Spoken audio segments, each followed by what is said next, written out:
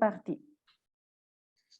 Donc, nous sommes aujourd'hui avec Olivier, donc une personne qui a fait le programme Reconversion réussie il y a quelques temps. Et l'objectif aujourd'hui, c'est de voir qu'est-ce qui s'est passé depuis la fin du programme et faire un petit flashback sur ton parcours.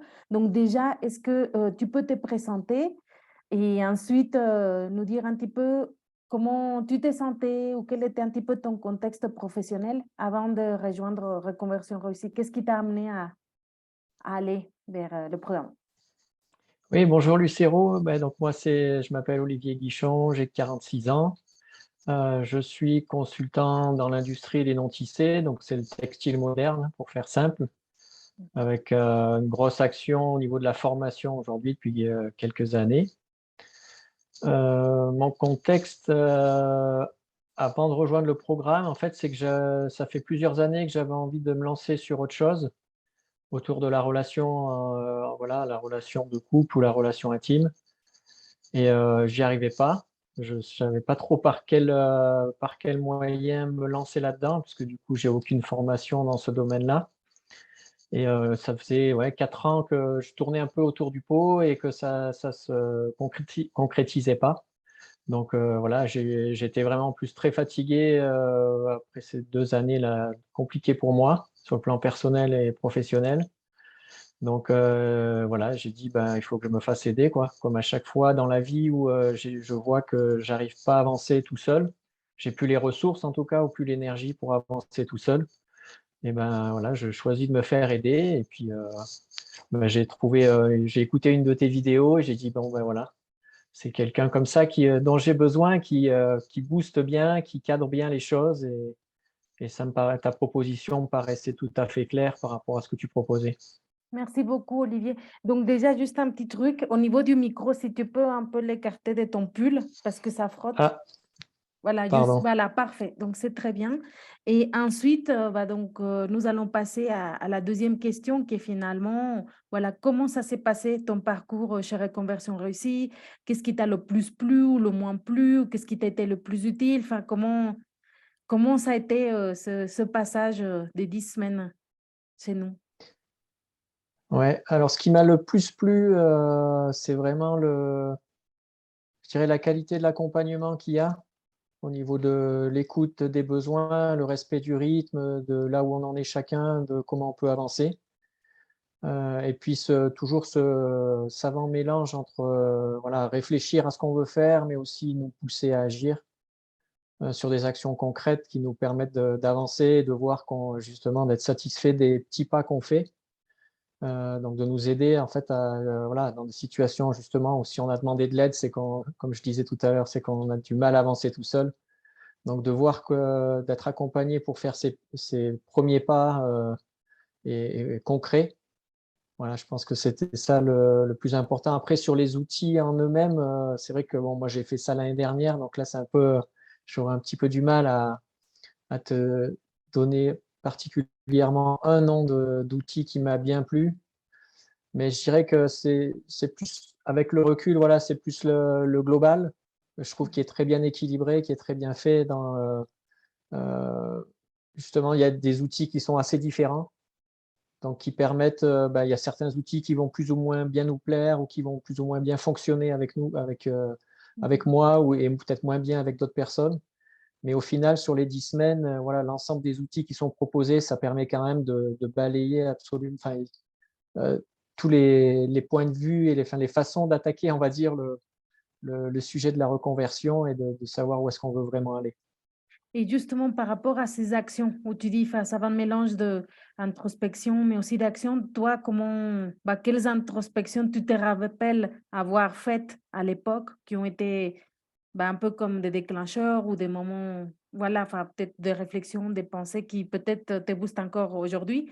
Et d'un point de vue action, pareil, qu'est-ce que tu as réussi à faire que tu n'aurais pas pu faire ou quelles sont les actions que tu te dis, ah bah oui, j'ai fait ça, ça et ça, et Mmh. qui fait que ça a avancé. Oui, alors ce qui me revient là, c'est vrai que c'est, par rapport aux entretiens avec les professionnels qui sont dans le secteur d'activité dans lequel je veux exercer. Je pense que c'est ça qui m'a vraiment permis de poser les choses, et qui a alimenté du coup mon introspection aussi. Enfin, Je pense que c'est plus cet aspect-là, ouais, vraiment qui m'a apporté de clarifier les choses, hein. Je pense que ton programme, il porte très, très bien son nom. Clarté, voilà, pour moi, c'était ça, quoi. C'est les outils qui ont été proposés, donc en particulier les entretiens, ça m'a permis vraiment de savoir comment me positionner et voilà, ce qui me convenait, ce qui me convenait pas, enfin, les choses qui me correspondaient pas et de pouvoir vraiment trouver une voie. Quand tu disais: «C'est quoi qui a fait le déclic?» c'est qu'en faisant les entretiens, en fait, ça m'a vraiment fait le déclic. Mais oui, c'est comme ça que je peux l'exercer, en fait. Je me suis rendu compte que ce qui bloquait, c'est que je voyais pas comment je pouvais l'exercer, ou en tout cas la manière dont je le voyais ne collait pas avec mon organisation personnelle et la façon dont je vivais. C'est ça, en fait, qui faisait que, voilà, j'avais envie d'y aller, mais en fait, la manière dont je voyais que je pouvais y aller, j'avais trop de freins qui me bloquaient par rapport à ce qui me correspondait. Donc, en fait, c'est pour ça que ça a stagné, quoi. Et du coup, quelle était la suite? Parce que pour l'instant, c'est un petit peu suspense. Et justement, quels freins se sont Ouais. levés? Comment c'est devenu viable pour toi et où tu en es? Qu'est-ce que tu as fait après le programme où tu en es aujourd'hui? Bah, les freins qui se sont levés, en fait, hein, donc c'est d'avoir trouvé, une formation qui, me permette déjà d'avoir une légitimité par rapport à ça. Donc c'est une formation de sexothérapie, positive et thérapie conjugale et de savoir donc que je pouvais monter mon cabinet rapidement par rapport à ça, qu'en fait, c'était pas un métier qui avait comment on appelle ça? Qui est pas référencé en tout cas. Donc voilà, c'est très facile en fait de s'installer comme ça. Mais bon voilà, moi, c'était important pour moi de proposer quelque chose de qualité, d'avoir et de me former auprès de personnes qui exercent ce métier-là depuis de nombreuses années pour bien, avoir un cadre, voilà, tous ces aspects qui pouvaient me manquer et donc qui me permettent aujourd'hui de me dire: «Voilà, avec ça, je sais que je pourrais exercer dans de bonnes conditions pour, puisque là, on va quand même toucher à l'humain, hein, donc c'est quand on fait, je travaille beaucoup sur des machines, bon, si on fait des erreurs, c'est que des machines, quoi, c'est pas trop grave, ça a pas trop d'incidence. Par contre, voilà, travailler avec l'humain, je pense que ça demande quand même beaucoup plus de précautions et d'être, entre guillemets, encore, plus professionnel que sur des actions, on va dire purement techniques. Et du coup, quelle est la suite pour toi et dans quel état d'esprit tu es aujourd'hui? Alors, bah, la suite pour moi, c'est de démarrer ma formation, hein, parce que il a déjà fallu que je regarde, j'ai regardé plusieurs personnes, sélectionner la bonne formation, en tout cas celle qui me convenait le mieux et voilà, après être sélectionné aussi, hein, d'arriver à être, validé, pour être pris en tant que candidat à cette formation-là et donc là, je vais démarrer, fin de cette semaine, voilà, la première session. Donc bah, je suis ravi parce que voilà, ça fait longtemps que j'attends ça et de voir que ça se concrétise enfin, bah, ça me met en joie tout simplement, voilà. Oui, je suis très contente pour toi et voilà aussi pourquoi c'est important pour moi de faire cette interview à ce moment-là, aussi pour célébrer ta persévérance, ton passage à l'action et voilà le bel état d'esprit que tu as eu depuis le début. Et puis, justement, en parlant d'état d'esprit, je me demande quel conseil tu aimerais donner ou suggestion à quelqu'un qui, comme toi, peut-être il y a quelqu'un et qui nous entend, est dans une situation où justement, ils pensent à des projets, ils ont des envies, mais voilà, on se sent bloqué, on se sent perdu, c'est flou. Les idées qu'on a, on peut penser que c'est pas viable, qu'on va peut-être pas en vivre, que voilà, tout plein de, voilà, des pensées qui font que, bah, qu'on stagne finalement et qu'on n'arrive pas à aller de l'avant. Qu'est-ce que, de par ton parcours, tu aimerais pouvoir leur apporter comme message d'espoir ou voilà, comme quelqu'un qui est passé par la même étape et qui aujourd'hui en est là? Bah, c'est vrai que peut-être moi, dans tout ce que tu as dit aussi, peut-être qu'il y a beaucoup de doutes en fait qui peuvent, surgir sur, voilà, est-ce que je suis vraiment fait pour ça? Est-ce que ça me convient vraiment? Enfin, est-ce que je remets tout en cause, ce que j'ai fait jusqu'à maintenant? Et en fait, moi, je dirais que voilà, moi, je remets pas en cause tout ce que j'ai fait, jusqu'à présent. C'était, en fait, mon parcours, professionnel d'avant m'a amené à à cette reconversion-là aussi, quelque part, puisque de toute façon, j'ai déjà basculé, entre guillemets, parce que je créais du lien pour les fibres, entre les fibres, dans mon domaine vraiment purement technique. Mais petit à petit, j'ai déjà basculé sur de la formation et maintenant, voilà, je vais jusqu'au bout en créant du lien, on va dire, entre les humains. Donc, quelque part, c'était un parcours logique, une suite logique. Donc, les choses, elles se sont faites et en fait, peu importe le chemin, il y a un moment où, de toute façon, ce qu'on a vraiment à l'intérieur de nous, ce qui nous fait vibrer, ce qui, voilà, au plus profond, de toute façon, ça pousse et on peut pas y échapper. Donc, de toute façon, quelle que soit la façon d'y aller, ça sera le bon chemin. Donc, c'est de continuer à s'écouter, de vraiment ressentir voilà, est-ce que ça me met en joie à l'intérieur de moi, est-ce que je ressens de la joie quand j'imagine que je vais faire ce métier-là? Est-ce que je ressens de l'envie? Voilà, est-ce que ça me donne envie d'y aller ou pas? Exactement. Oui, je pense qu'il y a beaucoup beaucoup cette notion de petite voix, de ressenti, d'intuition qui nous parle, c'est sûr, hein. Si déjà on se pose beaucoup de questions par rapport à son avenir, c'est que la petite voix, elle est quand même pas loin, mais des fois, ça arrange pas. On a l'impression que ça arrange pas ce que la petite voix, elle dit, est-ce que le cerveau, l'ego, tout ça nous dit d'un autre côté. Mais, mais je pense que c'est pas un raccourci que de dire, ah bon, le plus simple, c'est ça. Finalement, c'est plutôt un raccourci de plutôt écouter son cœur et à partir de là, construire cette notion de viabilité, de rentabilité, de plan d'action, etc. Mais, mais ça part de l'intérieur et je suis très contente de voir aussi cette métamorphose se faire et le fait de s'autoriser soi-même à aller faire des choses voilà, qui nous plaisent et que c'est possible. Qui, voilà, comme dans ton cas, tu disais, j'avais l'idée, mais je pensais que c'était pas possible. Et en fait, le fait de passer à l'action, d'échanger avec des personnes qui font ce métier, etc., ça fait tomber des barrières mentales peut-être qu'on se mettait et qui tout d'un coup nous font voir que l'activité, elle est possible et que c'est viable et que voilà, plus de peur que de mal finalement et que ça peut se mener aussi en parallèle d'un travail, qu'on peut se former, qu'il n'y a pas besoin de, tu sais, on parle souvent de sauter le pas, enfin, je ne sais pas, un peu comme des images très hollywoodienne de la Mmh. reconversion à 180 degrés, le changement. Et en fait, tu me diras ton expérience, mais ça se fait en douceur. Il y a des choses qui commencent à se construire, des actions. Enfin, ça se fait pas non plus en un claquement de doigts, malheureusement. Hein, pour beaucoup, on aimerait que ça soit comme ça. Mais c'est un process petit à petit, au bon moment, au bon temps. Et on peut le faire aussi en parallèle de notre activité. Il n'y a pas besoin qu'il y ait un trou, etc. Qu'est-ce que tu en penses, Olivier? Oui, en fait, c'est par rapport à ça, moi, je voudrais quand même dire, du coup, j'avais déjà quitté mon entreprise, et je m'étais installé comme consultant.